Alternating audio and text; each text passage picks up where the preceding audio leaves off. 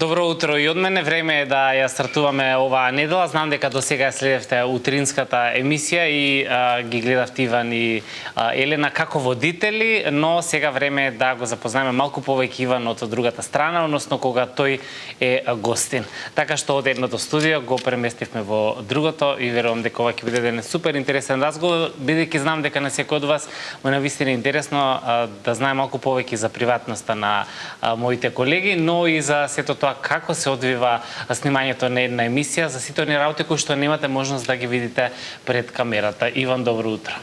Валентин, добро утро и до тебе и по втор пат ќе им посакам добро утро на нашите гледачи кои утринава не следеа во утринската Сака Македонија, а сега нели тој утрински појас не завршува со утринската, туку продолжува понатаму и со магазин и потоа и со добриот доктор.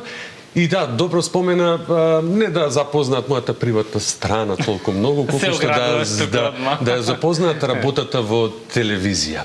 Дека нималку не е едноставна, уште помалку лесна, а за тоа сме сведоци утринава и ти посебно и јас од оваа страна како гостин и режијата, бидејќи по не секогаш плановите знаат и да се исполнат, како што за денес очекувавме дека директно од Австралија и од Америка. Директно од Лос Анџелес требаше да го имаме Боби Андонов, но не ни одговори на повиците, иако сето тоа беше договорено. Што и како не знам, се надам се дека е окей. Се може да се случи. Апсолутно. Се може да се случи, затоа сме добри колеги, па можеме да се излеземе во пресрет, а се во надеж дека нашата публика ќе биде задоволна и нема да биде оставена покуса за уште едно издание на емисијата Магазин. Од каде да почнеме? Од каде да почнеме сега, кој кого ќе прашува работа? Најтешко е кога треба да бидеш интервјуран, си човекот кој што се навикна да биде од другата страна. Мислам дека малку е полесно да си оној кој што ги поставува прашањата. Барем во нашиот дел, бидејќи нели сме доволно долго во оваа професија. Морам прво да те прашам, бидејќи ти беше пред неколку години дел и од Магазин пред да преминеш во утринската. Па има 5 години, ако не се лажам. 4. Ете. Да, 4 години. Ти не достига ли Магазин? Искрено да бидам, не толку многу. Заради еден исклучителен аспект, а тоа е дека емисијата, иако изгледа тет-а-тет разговор, е многу тешко да се во ова наше поднебје обстои со таков тип на емисии.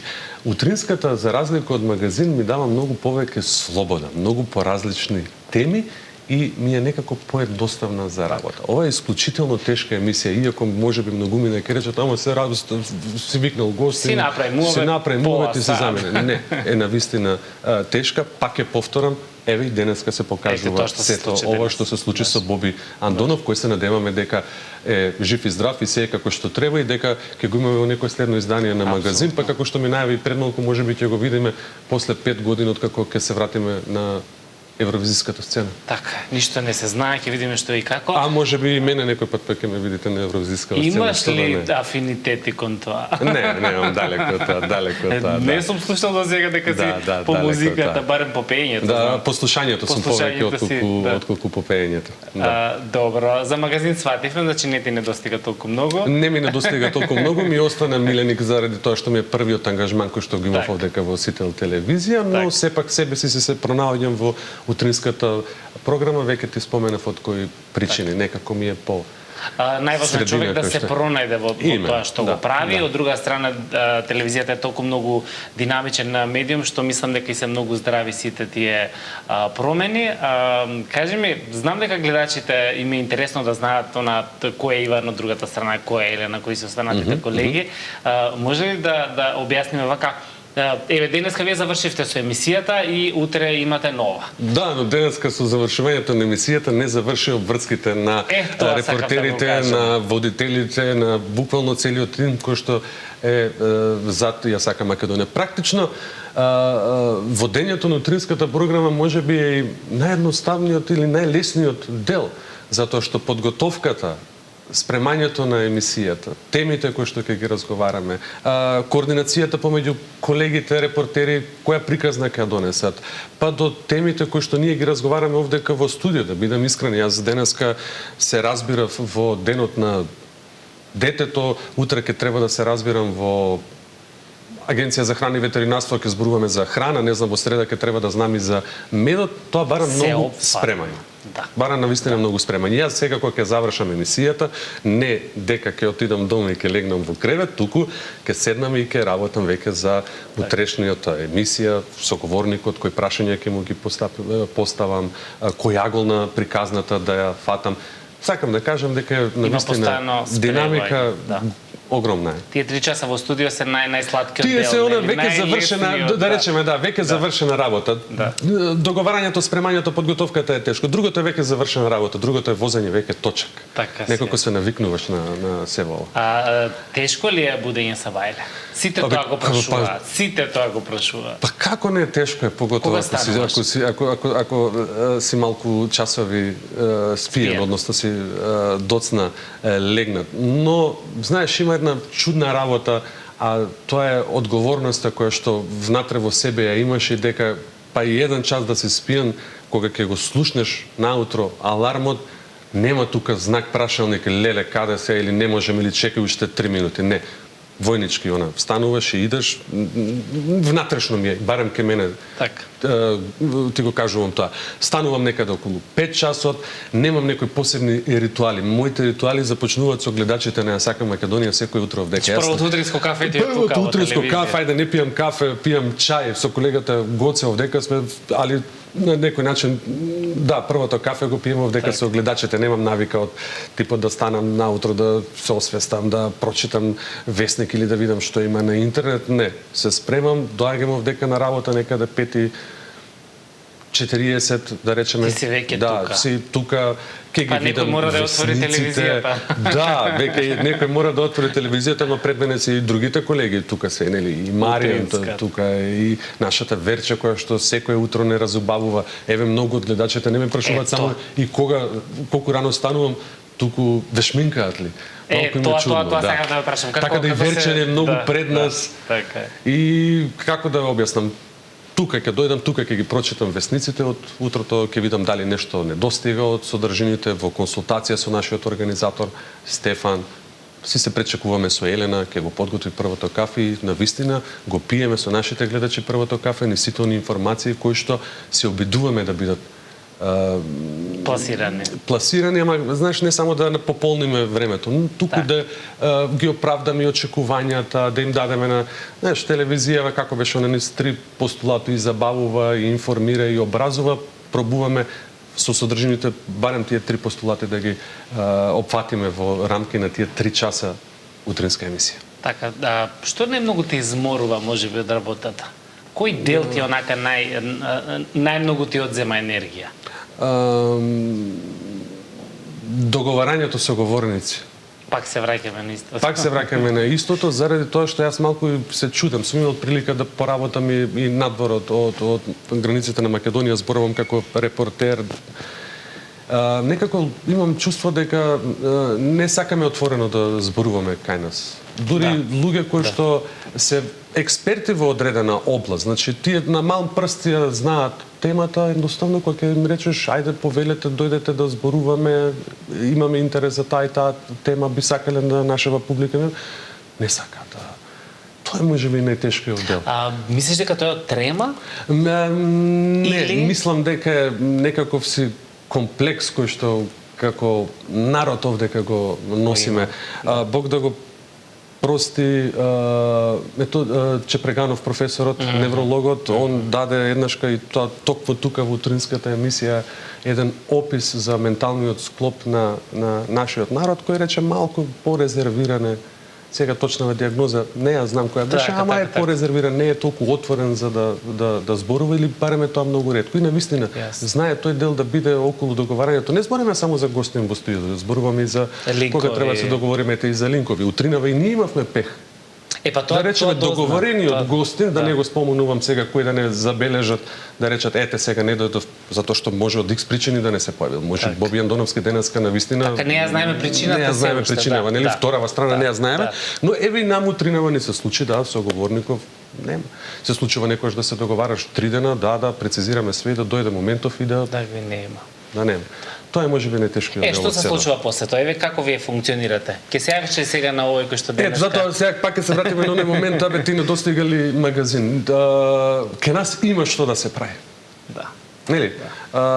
Имаме прилози кои што ќе го замена таа минутажа за која гостинов ти откажа. Можеш да калкулираш. Така, имате тема која што имаме редакција, малку поширока редакција сте вие и Јелена овдека. Ние сме поголема редакција, па колегиве ќе излезат во пресрат, ќе извадат нешто, ќе смислат нешто и некако се покриваме на тој начин и за среќа еве сега не се случуваат и во магазин не се случуваат често тие работи, но кога да се случат некако можеме да се покриеме. А денеска еве ти се покри со моето гостување така. Денеска јас малку те скратив од времето за да го спремаш сценариото за утре, ама има време. Има време. Денот е преднастојубавината во утринската емисија дека работните обврски ги завршуваш рано и некако денов испаѓа да е пред тебе за разлика од вечерните емисии, а по друга страна вечерите се за гледање телевизија. Апсолутно. Иако ние имаме импозантна публика, утринската наситела е една од најгледаните со многу доверба помеѓу гледачите, така што некако сесија на свој место. Така, оправдан е притисокот и стресот кој што ги имаме од друга страна, бидејќи на крајот денот не ни е да се пушти било што, туку напротив, сето тоа треба да биде убава избрана содржина, соодветни соговорници и тоа често знае да биде притисок, посебно во една ваква мала средина, реално бидејќи тие се тие луѓе. Се трудиме онолку колку што можеме, знаење секако имаме, можностите ги имаме во телевизија, дека можеме да бидеме подобри, можеме да бидеме подобри. Секогаш тоа може, апсолутно. Свесни сме за тоа што се случува и во соседството и што се случува и надвор во Западна Европа и како таму изгледа телевизиската продукција. Колку можеме се трудиме, се обидуваме да извлечеме максимум од она што и како капацитет го имаме технички, и како капацитет што го имаме човечки ресурси, се обидуваме, неуморно работиме и горди сме на се она што го правиме секој ден, често пати тоа се познава и во публиката која што те гледа, во луѓето кои што ќе те сретнат на улица, во господјата која што пред малку фани ни се јави, не запамтив од каде и подаривме кафе, па беше благодарна во нејзиниот жар во гласот, можеш веќе да познаеш колку ја насрекнеш што ете успеала и да се слушне, да ја добија нејзината водителите на нејзината омилена емисија и така натаму и така натаму. Да, понекогаш веројатно не сме свесни колку тоа многу значи на тие луѓе, бидејќи нели за нас ова е едно секојдневие, буквално работа како сите останати работни места, меѓутоа луѓето мислам дека се уште во однос на сите оние ликови кои што се појавуваат јавно, дека сепак имаат една малку поинаква перцепција. И често ми се случува тоа, да. Така, како е надворот од студио во маркет, кога си на улица, кога си во трговски? Приоѓаат ли, имам чувство дека многу се послободни од порано. Порано беше некако многу незгодно да приидеш, се беше онака со шепкање. Јас никогаш пред се не се доживувам себе си како популарна личност или ајде сега сум дел од јавниот. Си јавна личност. Јавна личност, не има на телевизија. Но јас лично не се доживам, по некој пат знае сопругата да ме искара, рече, каде вака со тренерки? Да викам до продавница да одам да земам нешто. Не, полека врати се, знаеш. Да, не се доживам, но ми приоѓаат, како не. Секојдневно. Рече си да нема ден да, не знам, заминеш до продавници или да прошеташ низ населба, дури знаеш дека луѓе имаат некаде видно, па често мене ми се смешни тие ситуации, некој ќе те познае, ама ќе се препознава. Да, и сега од кај ти знам тебе, ќе му кажеш, ау, да. Ти ми ја скратуваш, мака те им кажеш шоткат. Да, им кажем, ау, па поинако изгледаш уживо, па да, века малце телевизија, тоа поинако и камерите прават. Малце во тренерки полававо. Да. Скоро една господја вика, па ти си бил многу голем. Па ти си бил висок, ми вика, јас вакат не те замислував дека се го. Треба повеќе најави исправен. Да, има интересни ситуации, некогаш ми е не непријатно, нели се срамиш сега зошто јас да сум тој. Да, не сакаш да бидеш центар во внимание. Самото тоа што ти носи привилегии, да речеме да застанеш во прв ред на Месаров или Месаров пошто те познава Месаров и да ти рече не го сакам тоа. Не. Се случува, ајде сител повелете. Ма да редовно, затоа ти реков, него не сакам искрено. Искрено да видам, мислам не го сакам тоа.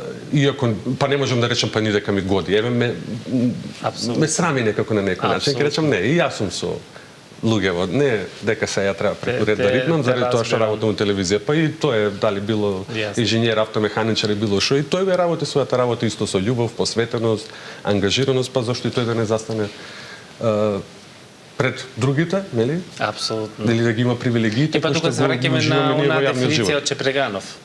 Дека сме со некаков комплекс и некаква психоза, да, така. Иван, инаку сум еве да те надополнам, инаку сум навистина нормален како и секој друг граѓанин, и ја идам да пазарам, јас имам проблеми, и татко сум, плаќам сметки, татко сум родител на две прекрасни девојчиња, у кое што барем во последниве неколку години гледам дека време апсолутно освен за работа и за семејство немам за ништо друго. Пробувам да сум на не сите полиња, него на тие две главни полиња присутен и некогаш знае да биде навистина напорно. Посебно од аспектот кога еве си вака на програма, па ќе се вратиш па рано утрото станат, па имаш работа. А денот не ти завршува сега, треба ти допрва. А не ми завршува допрва, па имам обврски кон децата, се чуваме, па се пазиме, па а ти од друга страна те чекаат овдека обврски. Така, знае да биде динамично, знае понекогаш и јас да се налутам, и јас да сум изнервиран, нели? Ама, ајде, се контролирам и тоа е животот, убавината и во тоа. Така си е да работите, те учи на се, буквално. Кога веќе го спомена татковството, две керкички? Две керкички, да. Како се снаоѓаш во... Веда има 9 години, сега за некој ден ќе наполни 10, а помалечката има 2 години на 9 мај, денот на победа над фашизмот на Европа. Кога помина 2 години се поминати, да. Како вчера да беше кога каже дека се роди керка. Да. Како се снаоѓаш во ова улога? Ама одлично се снаоѓам. Јас немам навистина никаков проблем и од менување на пелени па се до подготвување на храна. Тука се родителите кои што ни помагаат, тука се сопругата која што иако и покрај нејзината работа, он е наставник и е работата од 7 до 4, одсутна е поголем дел да речеме од денот, ама ни излегуваат родителите во пресар. Завршуваме све, се снаоѓам супер, се надевам, градам сега некој, нели секој за своите деца све најдобро ќе се каже, ама имам супер деца. Така си. Да, убаво поминуваме. Како еве поголемата керка, како те доживува кога те гледа на телевизија? Леле, они се генерација алфа ли мислам дека и дури зетија помина. Единствено што знае да се зачуди да ме праша е кога ќе ме поздрават на улица случајни минувачи и да рече па ти тато се бил познат, ама концептот она не го сваќа на телевизија, тоа што ти го споменав дека она од таа генерација која што практично првиот извор за информација нив им е интернетот, јутјубот и сметаат дека интернет звездите или оние на кои што им се имаат они претплатено или со жаргонов на YouTube subscribe имаат направено, тие се тие популарните или TikTok личности или TikTok, да. Тие се тие популарните, тие се тие јавните личности. Дека телевизијава за нив е туѓо тело. Нели не го доживува. Тоа сум го забележал веќе. Кажам иако пак ќе речам, кога случајни минувачи ќе ме поздрават, пријатели кога ќе поздрават ќе ми рече колку луѓето ти познаваш, популарен си. Ама различно ги мериме, да, популарност. Ама тато го нема на TikTok, па затоа не може да не е популарен, зашто го нема на TikTok и на YouTube. Мислиш дека би можел да се активираш на TikTok, на тие социјални мрежи? Па не знам дали би можел, зошто да не би можел. Технолошки сум поткован, но едноставно со желба и со немам некаква желба за тоа, искрено да ти кажам. Да. Мојата публика е драга и се уште е телевизиска публика и јас убаво ми е кога им се обраќам ними. Јасно. Да, TikTokот го оставам за помладава генерација, Инстаграмот исто така, Фејсбукот го имам буквално само заради контакти лични кои што ете сме се работували, ги познавам ретко како јавна личност имам желба да изнесам јавен став. Секој пат тоа го чувам за мене или го чувам зад камерите, не сакам никому да попувам, туку дај да гледаме да завршиме работава, онака како што треба. Да не ти се приспа? Не, далеко е тоа. Кризата ќе ме фати некаде до околу 14 така, часот. на сред денот. Така, да, на сред денот ме фаќа имаш криза. онака пладневна дремка малку или? Не знам сега, да, дремка, уствари, ние имаме супер збор македонски дремка, популарните ќе го речат nap time. Да, ние имаме супер македонски збор, дремка. Не, колку е дремка, вакајте 15 минути или 2 часа? Толку може да биде 10-15 минути. Значи ме луѓе да дремнам едно 3 сати ги нема. Не смеам да си го дозволам тоа. Посебно некога сме на програма заради тоа што целиот после оне биолошки часовник го пореметувам и буквално ако јас денеска после утринската програма легнам и одспијам буквално да влезам во некоја REM фаза 2 часа, вечерта останав до 2 пополнок и утре дента тоа ќе се познава и физички на лицево, во некој подочњак имаш плюс, си дошол ли онака неспиен или некаде си заглавен на прослава? Имам дојдено буквално да не сум спиен цела ног.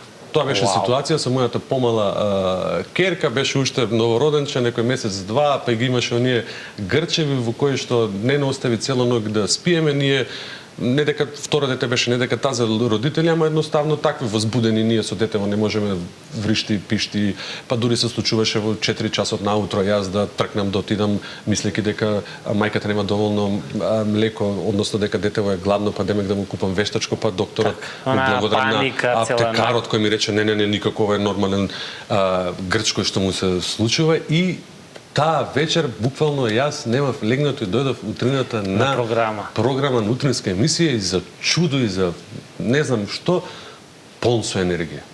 Веројатно знаеш кога ќе дојдеш тука, кога знаеш адреналинот си го прави своето, знаеш кога ќе дојдеш, кога си на програмава, тоа ако си одговорен, фокусиран, ако знаеш што сакаш да правиш, го правиш тоа.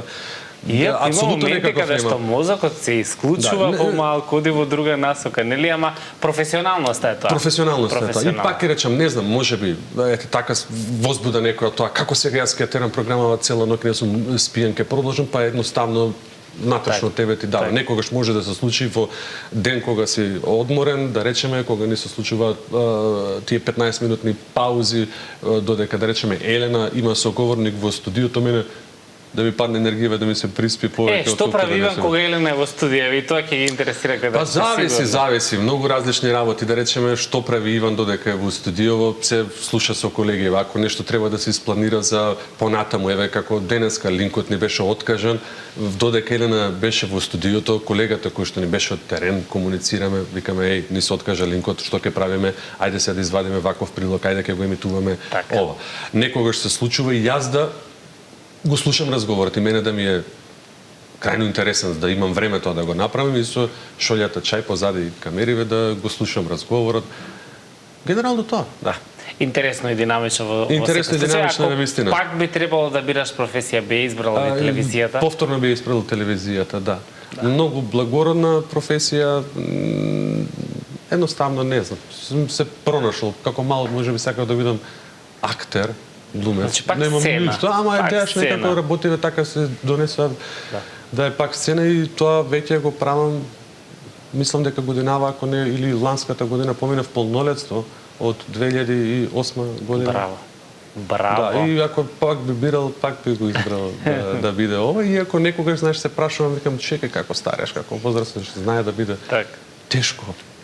Нели, се во ова, нормално е. Психички да ти влијае самото оно што го работиш на медиумот, луѓе од договарање, од стресови, вакви, зашто не е лесно, нели, на 2 минути пред емисија кога ќе ти рече го немаш гостин. Не е лесно, јас сега после емисија ќе одам на едно кафе да се изрелаксирам, беше страшен стрес пред 10 часот. Многу ти благодарам што денеска од таму те донесов тука. Сигурен сум дека им беше интересно на гледачите. Да се надевам и да верувам дека да се гледаме за убави работи. Секако ти благодарам. Утре 6:45 повторно Иван го гледате повторно. Да. Тино ти благодарам и тебе на она што ме одбери рече, ајде, дојди и ми ја даде честа, нели? Од толкав колектив, токму јас да бидам. Тука ти посакувам уште многу успешни емисии и уште многу долги години да се бидеме колеги. Ти благодарам многу за крај на магазин. Знаете, секогаш одиме со одлично избрана музика. Уживајте во денот, не се нервирајте за работи кои што не зависат од вас и утре се гледаме во 10 часот во живо, односно прво Иван и Елена од 6:45. Чао, чао. Поздрав.